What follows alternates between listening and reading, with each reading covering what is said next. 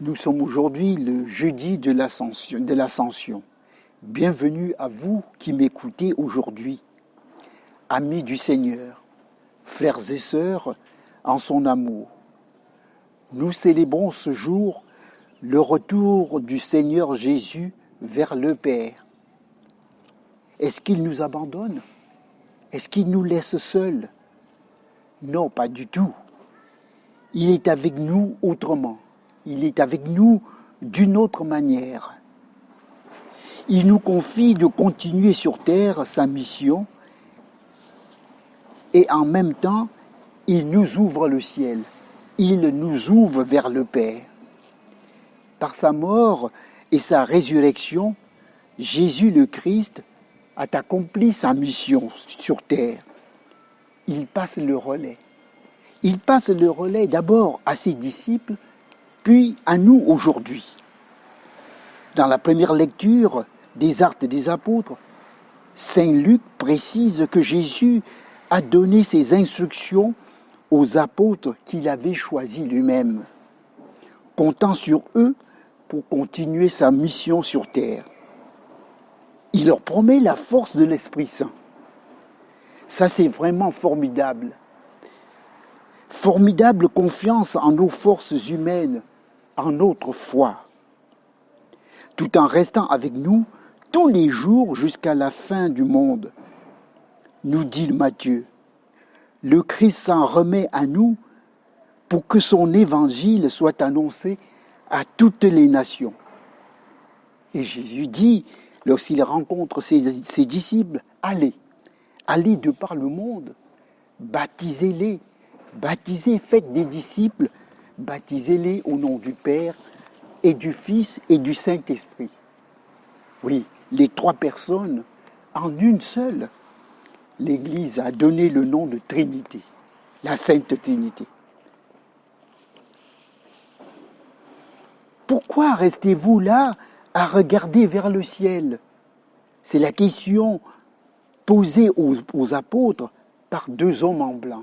Oui, disons par les anges. Cette question résonne encore aujourd'hui dans nos oreilles. Pourquoi restez-vous là à regarder vers le ciel? Le chrétien a les pieds sur terre.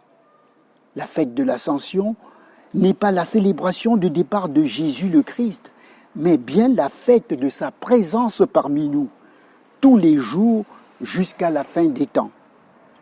Frères et sœurs, tournons-nous vers celui qui fait de nous des vivants. L'incarnation du Fils de Dieu n'aura duré qu'une trentaine d'années, disons même 3 ans seulement, avec ses disciples. C'est court, c'est petit. C'est si peu au regard de l'histoire humaine, mais le ressuscité est désormais Seigneur de l'univers et de l'histoire humaine.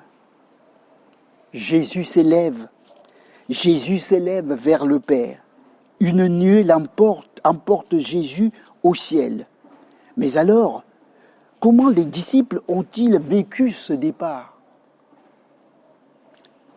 Les disciples ont reçu une triple promesse.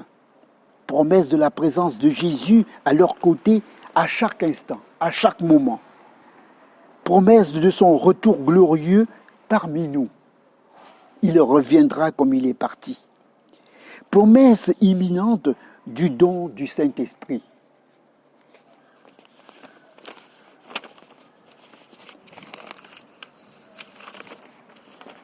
Pour nous aujourd'hui, c'est quoi la fête de l'Ascension? On peut bien se poser la question, comment nous le vivons? Qu'est-ce que cela signifie pour nous? Jésus s'élève, Jésus s'en va.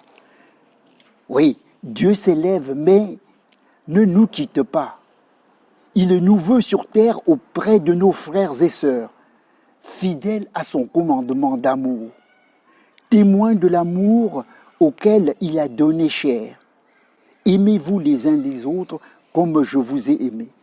Prenez soin de vos frères et sœurs.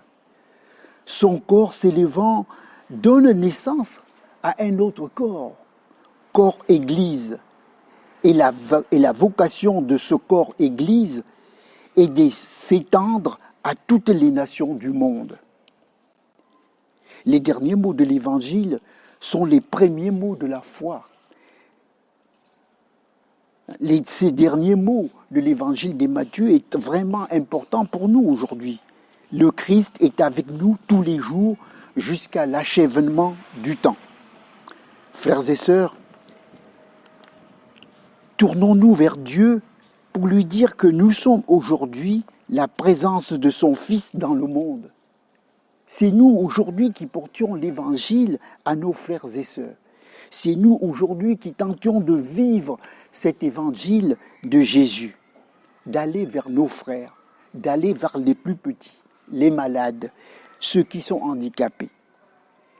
Père, apprends-nous à avancer avec nos frères et sœurs au long des jours et annoncer les merveilles de ton amour, toi qui es vivant pour toujours. Amen.